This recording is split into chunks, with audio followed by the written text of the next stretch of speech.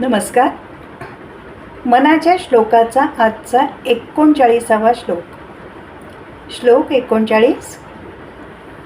जया वर्णिती वेदशास्त्रे पुराणे जयाचे नियोगे समाधान बाणे तया लागी हे सर्व चांचल्य दीजे मना सज्जना राघवी वस्ती कीजे. आपले वेद, उपनिषद, शास्त्र, पुराण या सगळ्यांमध्ये आत्तापर्यंत रामाची महती, त्या ब्रह्मतत्वाची महती किंवा त्या चैतन्य शक्तीची महती वर्णन केलेली आहे. आद्य शंकराचार्यांनी ब्रह्म सत्य जगन मिथ्या हे अत्यंत स्पष्टपणे मांडले. ऋषी मुनी यांनी अनादिकालापासून हे सातत्याने मांडले आहे की आपल्याला हे जे आजूबाजूला बदलते भौतिक जग दिसतंय हे सगळं भासमान आहे, जे बदलते आहे, परिवर्तनीय आहे, जे तात्कालिक आहे, ज्याला कालमर्यादा आहे, जे निरंतर चिरकाल टिकणारं नाही, ते सत्य नाही.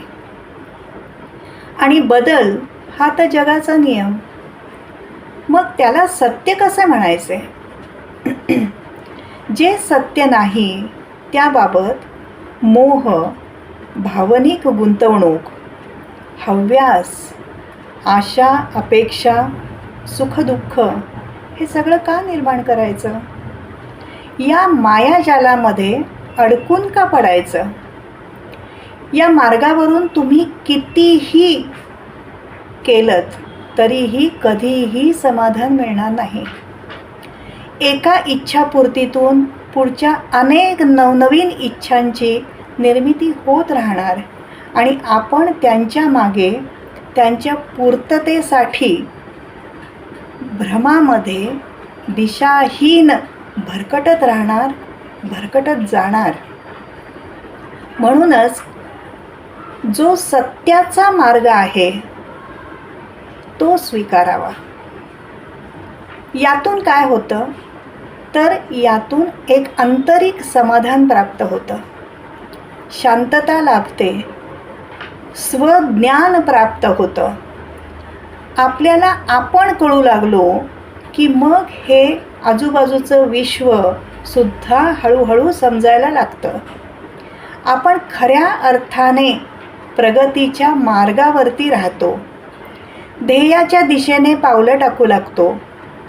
जीवनाला एक प्रकारची अर्थपूर्णता येऊ लागते, चित्त स्थिर बनू लागतं.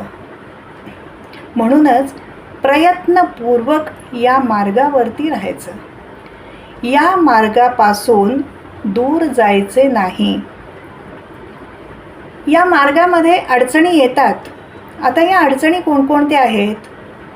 प्रमुख अडचणी म्हणजे आपलीच चंचलता, अस्थिरता, अस्वस्थता.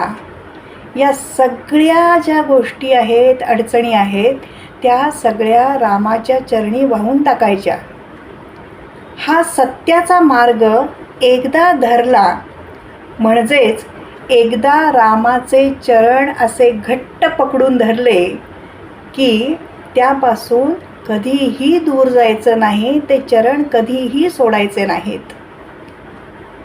या मार्गापासून यत्किंचितही ढळायचं नाही, त्याच्याशी एकरूप होऊन राहायचं, त्याच्या चरणी लीन होऊन राहायचं. हा बोध समर्थ आपल्याला या श्लोकातून करून देत आहेत. धन्यवाद.